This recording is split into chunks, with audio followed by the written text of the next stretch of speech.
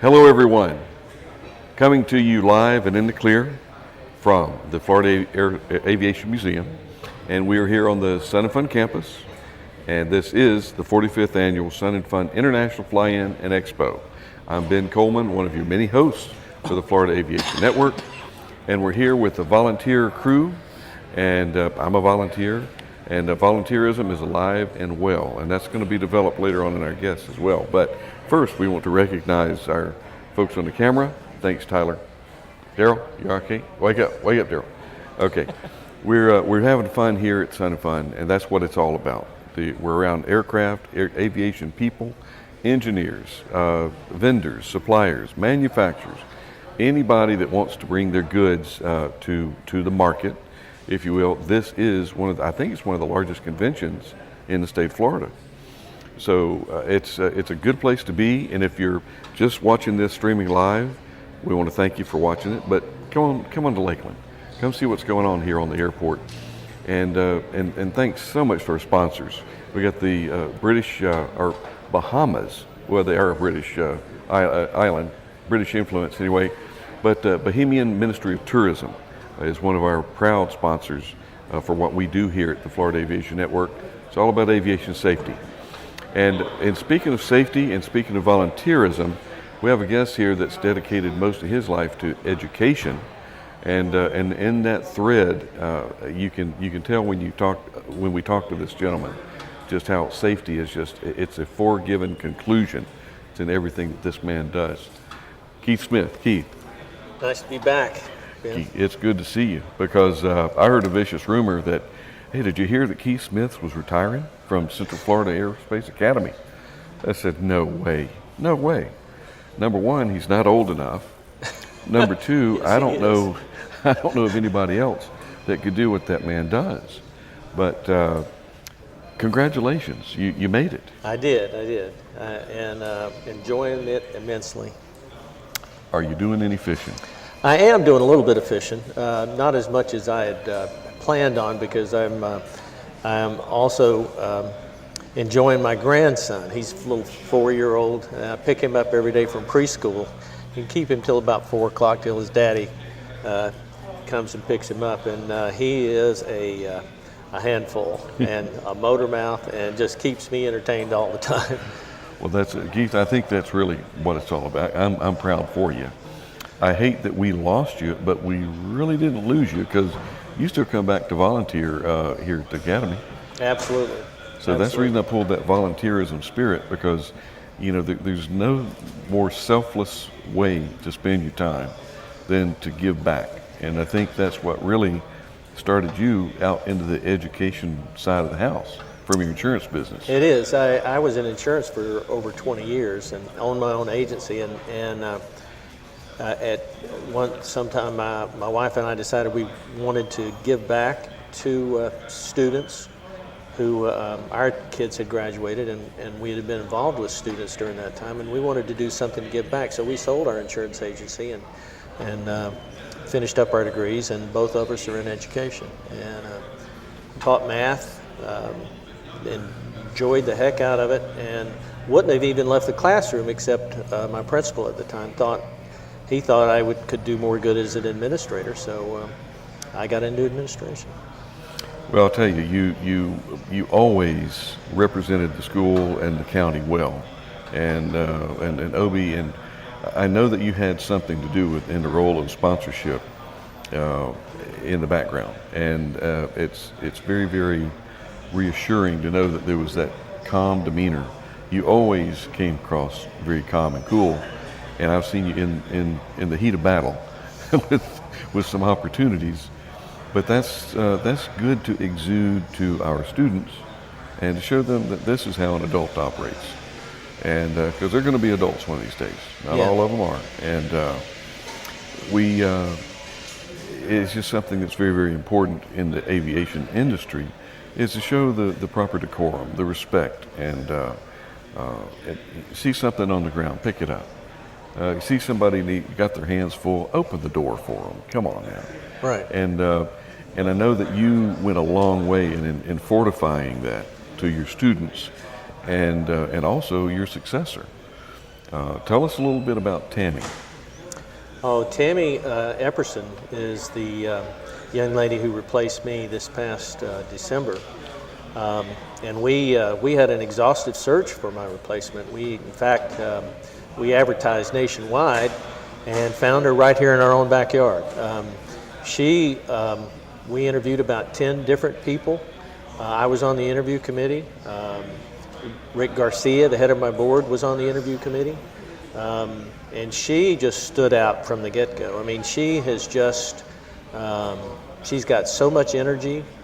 She cares about the kids, you could tell in the interview. And she has been, I stayed on an extra 4 months to help train her. I was going to retire last July and stayed on, they taught me to stay on an extra 3 or 4 months till December to help train her in that role over there. And so I've seen her firsthand, and she has just been phenomenal. I mean, whatever good I did over there, she is just going to multiply it and triple it. And just, I mean, I am so excited that she's the one that replaced me. Well, Keith, and it's phenomenal about how you guys favor. If you had blonde hair and took your glasses off, the spitting image. I mean, you guys, Yeah. you really did find somebody to replace you. Well, thank you. That's more of a compliment for me than her, I think. But we did talk with her earlier today, and I see what you mean about the enthusiasm. And she really cares about the students. That's sincere. That comes from the heart. It does. That's not off of a sheet of paper or some degree that she got somewhere. You can't get that. You can't train that to somebody. No. But now, okay, you're doing your grandson thing. It's enjoying time with the family. You're doing a little bit of fishing, not as much as you would. Not as much as I'd hope, but.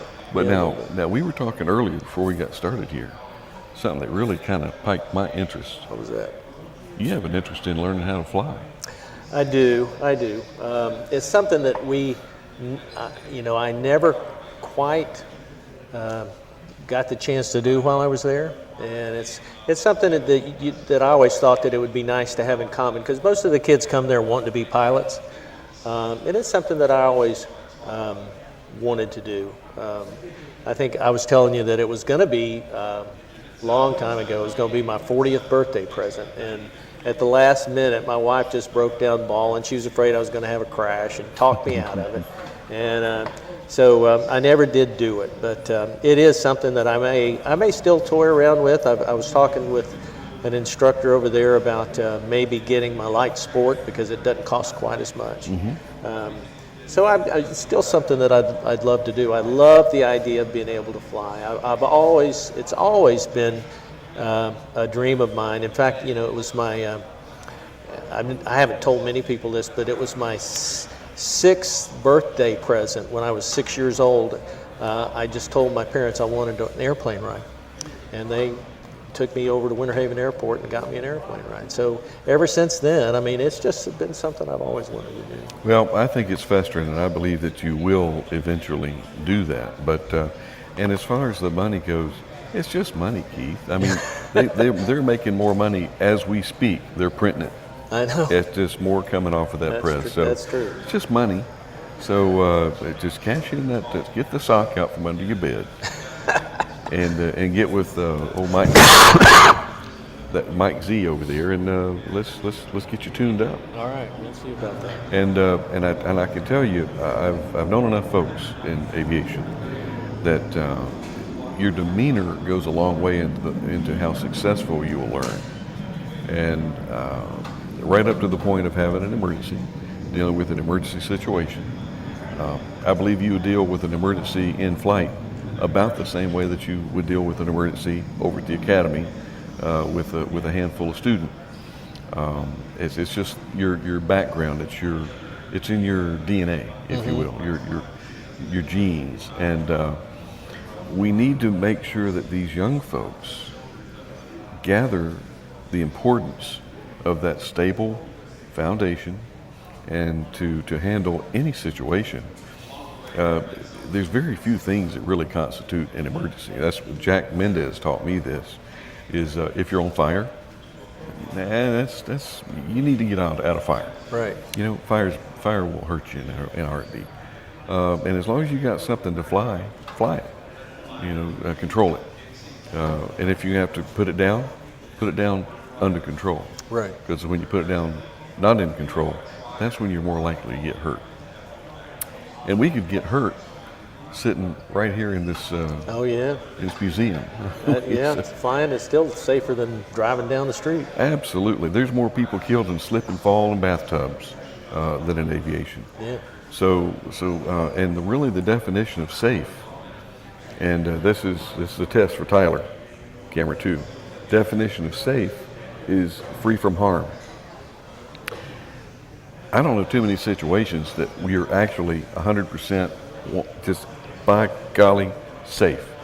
There's nothing that we do in life that will put us free from harm. Oh, that's absolutely true. Yeah. But you can do things safely, and you need to learn how to do things and plan things safely. Keith, where are we going to go from here? Because you're volunteer back at the academy, and you're still on the board. Garcia, Rick is he's phenomenal. He is. I can't think of a better guy to head that board. I know. I could not have done, like I said, if I've done anything over there, anything I could have done, I could not have done without him. He has just been my guiding light over there when I needed anything or needed advice on which way to go.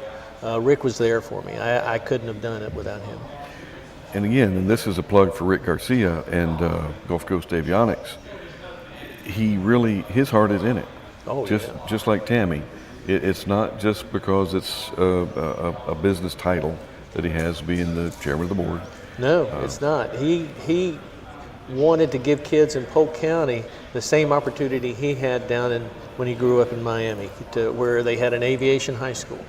And he wanted to give that same opportunity to the kids in Polk County. Mm-hmm. And it was all from the heart. And he wanted, it's not to do with he never is over there promoting his business. It's all about the kids. Well, and it comes back to you so many times by just being sincere and being honest. And the facts that aviation, if it wasn't for that type of dedication, we wouldn't have gotten as far as we have gotten. And Rick, to be honest with you, it's just a passion for him. It is. It's a hobby. We get in discussions every now and then about work. We don't work. And if your vocation is your hobby, you'll never work a day in your life. That's what I used to preach to all the kids all the time is, find something that you want to do and then go make money doing it. Mm-hmm. And then you never work a day in your life. It was like I told them that I had so much fun while I was over there. I felt like I was stealing money from the school board. Because I got up every day, loved to come to work. I stayed until, I put in 12 hours a day, and it just wasn't like work. I really enjoyed it. Well, I tell you, I will share kind of a back story on you. And this was many years ago, maybe when you just started, 6 or 7 years ago. And we had a meeting over there for the Florida Aviation Network. And I walk through the door, and I look over, and I see you over in the office. And, we wave, obligatory, hi, how are you doing? And go into the meeting, and here you come with a pot full of coffee. and set it down, made sure we had some napkins and styrofoam cups. And, who is that? Says, that's Keith Smith.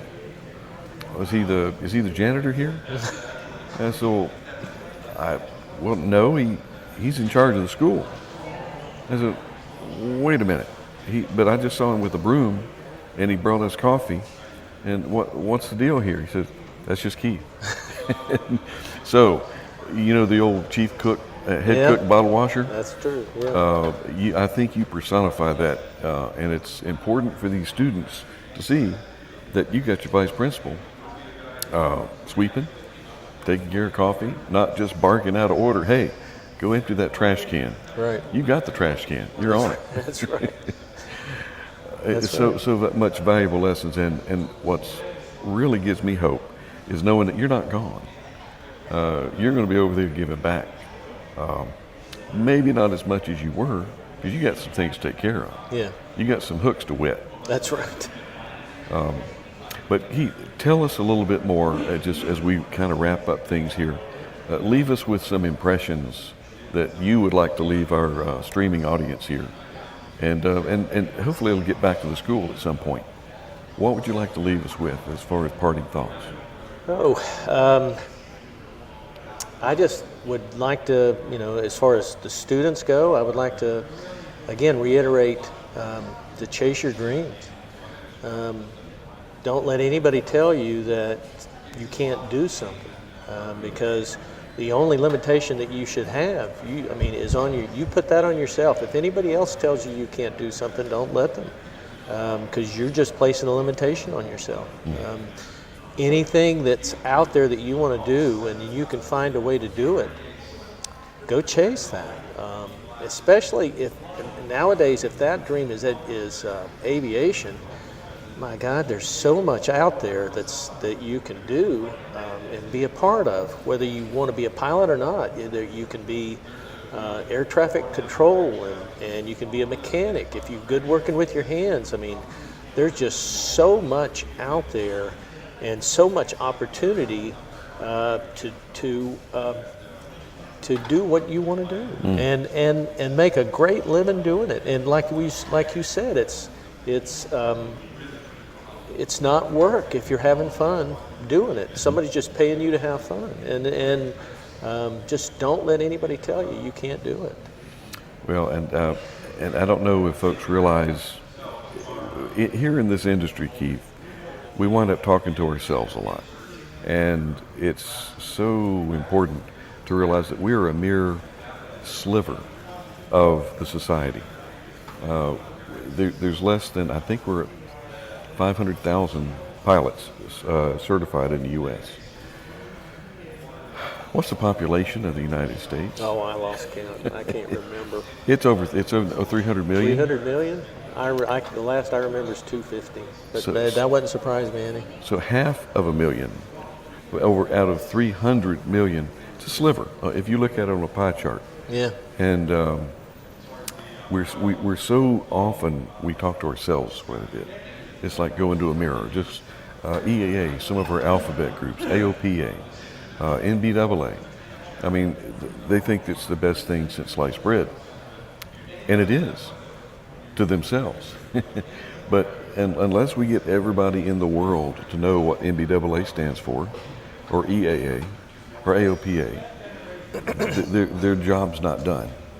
We're never really accomplished what we're trying to do here. Right. From media exposure, and we do want to influence as many folks as we can. At least give them the opportunity. Let them take a peep inside this little world and see if they have an interest in it. If Right. they do, you feed it. You feed it and care for it. And how many? I know that there have been. How many students are we up to so far over at CFAA? We're getting close to 400. And out of that 400, this is, they rotate, they come and they go, they graduate, but how many pilot certificates have been issued? Oh gosh, I kind of lost count, but the last I remember they had, I know we've got over 120 bricks out there, which is not the certificate, but it is your solo. Okay. So I don't know exactly how many. I think we're getting close to 70, 80 actual pilots. Yeah. Last I heard was in the 60s, but that's quite an accomplishment. Yeah. And for the James C. Ray Foundation, man, those folks they just continue to put out. Oh yeah. And it's a tribute to have these young people know that they can come out and get their pilot certificate and their airframe certificate. Right. And I believe you're starting to add the power plant. Power plant is still part of the, it's a continuation, yes, but you can have your, by the time you graduate, you can have your airframe now with the program we have set up, and it's an automatic continuation into the night program to get your power plant, which only takes about 6 months after that.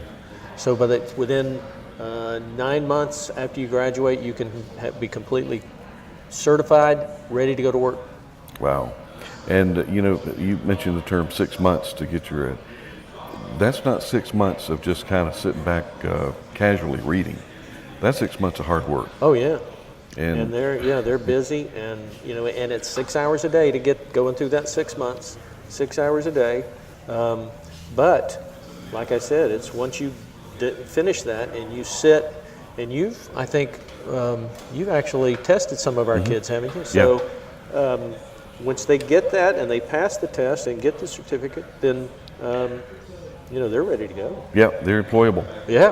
That's a license to learn. And then, you know, I don't know, and some of the airlines have got accelerated hiring practices now because of the shortages, and some of these kids are getting hired, you know, within a year, 2 years, right after they get their certificate.